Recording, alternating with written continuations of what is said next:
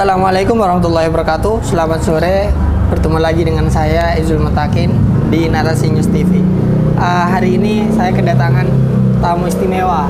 Ya, saya biasa memanggilnya Bang Amir. Selamat sore, Bang Amir. Sore. Waalaikumsalam warahmatullahi wabarakatuh. Beliau punya nama lengkap Amirul Mustafa. Jabatan strategisnya sekarang Ketua RT, Bang. Ketua RW. Ketua RW. Sudah naik pangkat. Oh, sudah naik pangkat jadi Ketua RW. Tapi selain itu, beliau juga aktivis yang sering saya sebut sebagai pemerhati politik karena sering memperhatikan isu-isu politik, jadi cenderung aktif dan update terhadap isu-isu terkini soal politik. Nah, di momentum ini, saya sama Bang Amir ingin tidak bicara tentang Indonesia, tapi bicara tentang spesifik tentang Situbondo, kabupaten kita tercinta. Jadi, 2024 sudah hampir ya, Bang? Ya. Sudah hampir, otomatis momentum 2024 akan menentukan pemimpin baru untuk Situbondo. Entah pemimpin yang lama kembali jadi, atau memang pemimpin baru yang kemudian datang penantang untuk menjadi pemimpin Situbondo. Tapi apapun itu, yang jelas harapannya siapapun pemimpinnya, orang yang memimpin Situbondo itu harus memiliki kualitas ya, Bang, kualifikasi dalam bidang kepemimpinan. Nah, menurut Bang Amir, kira-kira pertama sebelum bahas tentang apa dan siapa pemimpin yang layak untuk Situbondo, kita akan bahas bagaimana Situbondo saat ini yang tengah dipimpin oleh Bupati yang saat ini. Gimana, Bang Amir? Iya. Jadi menurut Abang itu begini. Yang pertama itu Abang suka akan terus memanggil Bung kepada Bupati kita, kepala daerah kita, Bung Karna. Karena di situ itu ada semangat dengan ucapan Bung.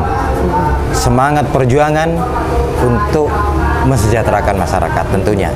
Itu yang kita harapkan. Maka dari itu saya tidak sungkan dimanapun saya selalu panggil Bung sama beliau. Lalu selanjutnya, jika berbicara refleksi 2 tahun pemerintahan Bung Karna, yang saya lihat itu begitu dinamis, demokrasi begitu terjaga. Karena saya melihat secara sepintas bahwa beliau ini adalah nasionalis religius.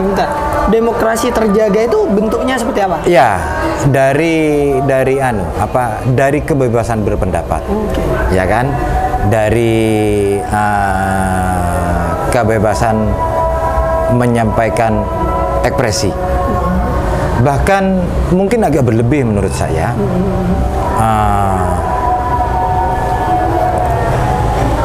Dalam mengevaluasi, dalam menilai, dalam mengkritik kinerja pemerintahan. Nah, ini juga yang menjadi catatan-catatan kecil bagi saya. Walaupun itu tidak terlalu tetapi ini menjadi sangat penting. Kayak itulah. Saya terutama tentu tidak mau di kabupaten kita tercinta itu hanya terjadi kebisingan-kebisingan yang tidak bersubstansi. Kayak itulah. Dan di situ saya sepakat ini. Di situ ada pemeran pemerintah. Kayak itulah. Jadi sebelum saya berbicara lebih jauh lagi, karena ini mungkin hanya asumsi, ini hanya perspektif dari seorang saya, kayak gitu kan. Nah, tetapi saya menyandarkan pemikiran saya ini kepada pemikiran filsuf terkenal, yaitu Plato. Ya. Plato. Jadi di pembukaan tadi Mas Izul menyampaikan bahwa saya ini pengamat politik, pemerintahan, kebijakan publik. Saya juga harus tahu saya berbicara dengan siapa dan di mana. Ya itulah. Saya kenal Mas Izul. Saya sudah mengerti sifat dan karakter kenapa saya berbicara dengan sandaran. Benar. Bukan murni asumsi. Memang asumsi, tetapi ada cantolan pemikiran. Ada dasar. Gitu ya. Tidak asal jiplak. Plato itu membagi dalam pemerintahan. Yang pertama dulu Plato itu, dalam konsep Plato itu, yang ideal seorang pemimpin pemerintahan, yang beliau itu bilang raja, itu adalah filsuf raja. Jadi filsuf raja? Raja. Oke. Raja yang filsuf. Jadi tidak bisa dipisahkan Ya, ini. karena menurut Plato kebijaksanaan dan adil itu syarat mutlak untuk menjadi seorang raja, seorang kepala pemerintahan. Benar-benar sepakat. Nah, begitu. Jadi bijaksana dan adil. Dua hal ini penting ya, paling penting. Itu satu kesatuan menurut Plato. Ya. Nah, Mas Izul ini kan saya tahu ini kan juga penggemar dan menempuh jalan filosofi ya itu kan. Penggemar. Ya. Nah, minimal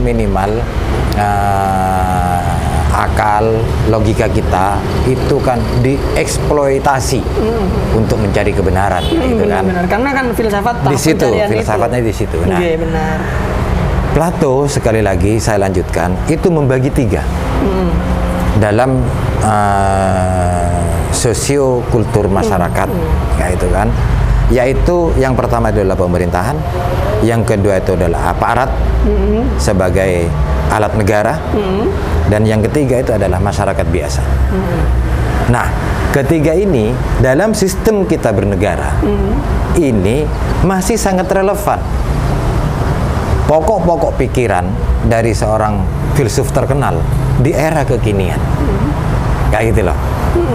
Jadi ada peran pemerintah, ada peran APH sebagai alat dan aparatur negara, dan juga ada masyarakat biasa.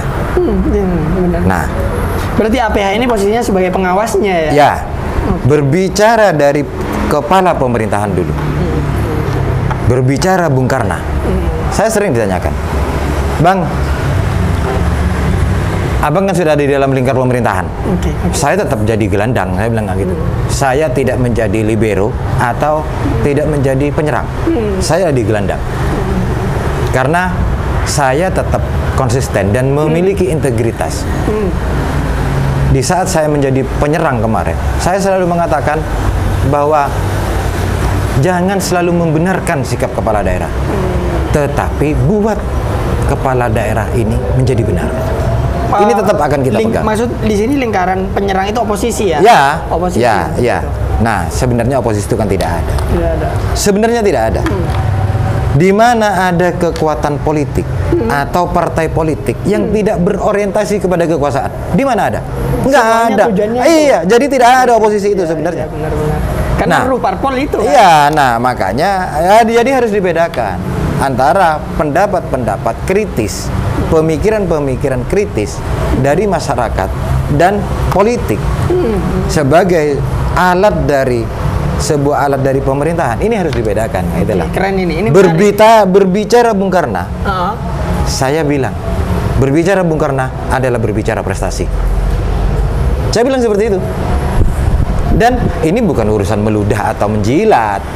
Benar. Saya mau objektif aja kayak gitu loh. Ada 24 penghargaan yang diterima oleh beliau. Oh, sejauh ini ya? 1 tahun. 1 tahun? Ya, kalau di tahun kemarin saya tidak mengikuti karena saya ada di luar. Sekarang ada di dalam? Iya, saya mau objektif aja gitu loh. Berarti asumsinya kan 1 bulan dapat 2 kali penghargaan. Berbicara Bung Karno. Dan itu bagi saya secara pribadi itu belum cukup. Nanti akan kita sampaikan di Harapan.